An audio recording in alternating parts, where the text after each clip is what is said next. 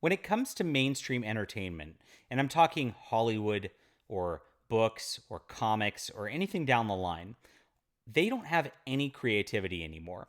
They're resting on the laurels of properties that were created in the 40s, 50s, 60s, all the way up through the 80s. It's about when this nostalgia brand sort of entertainment starts to stop.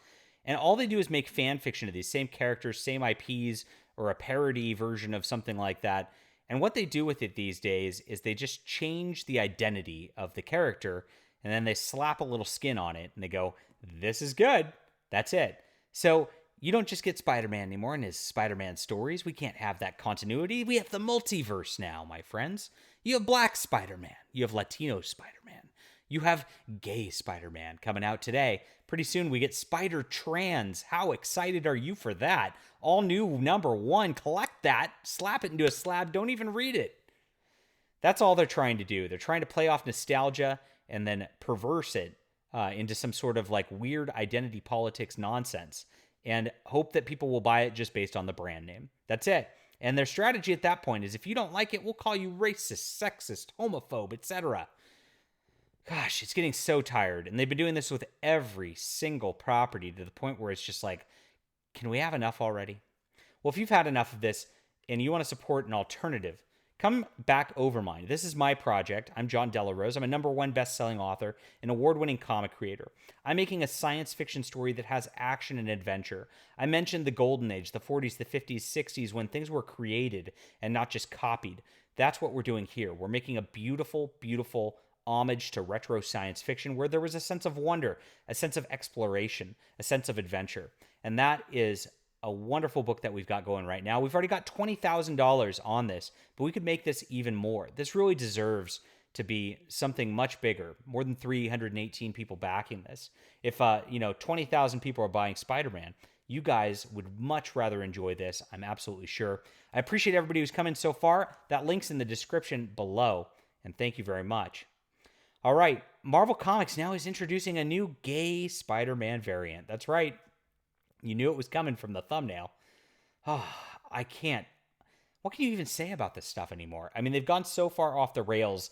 I used to like have their gay background character that they'd insert in there just to have that in there, and you'd make fun of it and go, "Oh gosh, that was cringy for a page." That wasn't enough. It's never enough. They have to go further. They have to push the next step in the agenda. Next will be the pedo Spider-Man, I guess, where Spider-Man breaks into young children's bedrooms.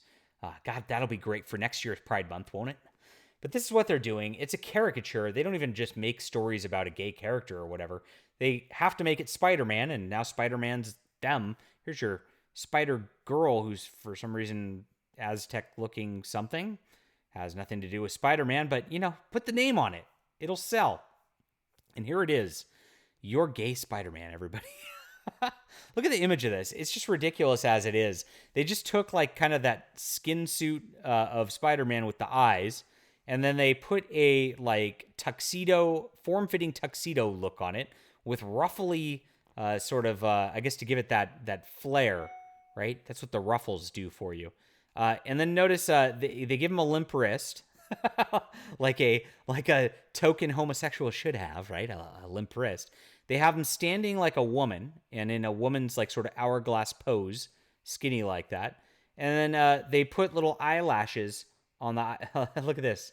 Like it's a member of the rock band Kiss or something like that dressing up for one of their concerts. It's like a weird Liberace, I guess, flamboyant look is what they're going for. Because they have to virtue signal that it's gay. They can't just have a character that's gay and doing its thing. Nope, it has to be the full-fledged. We saw this with Miles Morales' Thor, which they made Miles Morales into Thor because you can't just have Thor. You can't just have Jane Foster female Thor. It's time for a black Norse god. Wait, what? It doesn't make sense. We know. Even the characters in the movies that they've now race swapped don't make any sense. But that's what they're doing to, like I said, every one of their properties.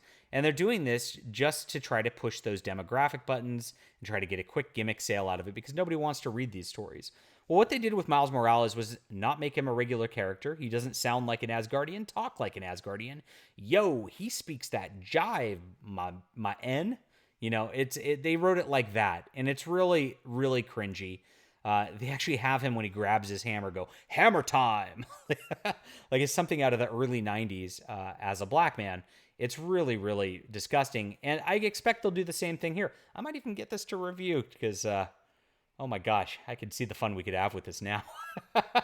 But it's really tragic, honestly. These guys have no creativity whatsoever. The mainstream entertainment culture is soulless, it's dead, and it's complete evil at this point because you know what they're doing. The fact that like they think that kids want to read this, shocking.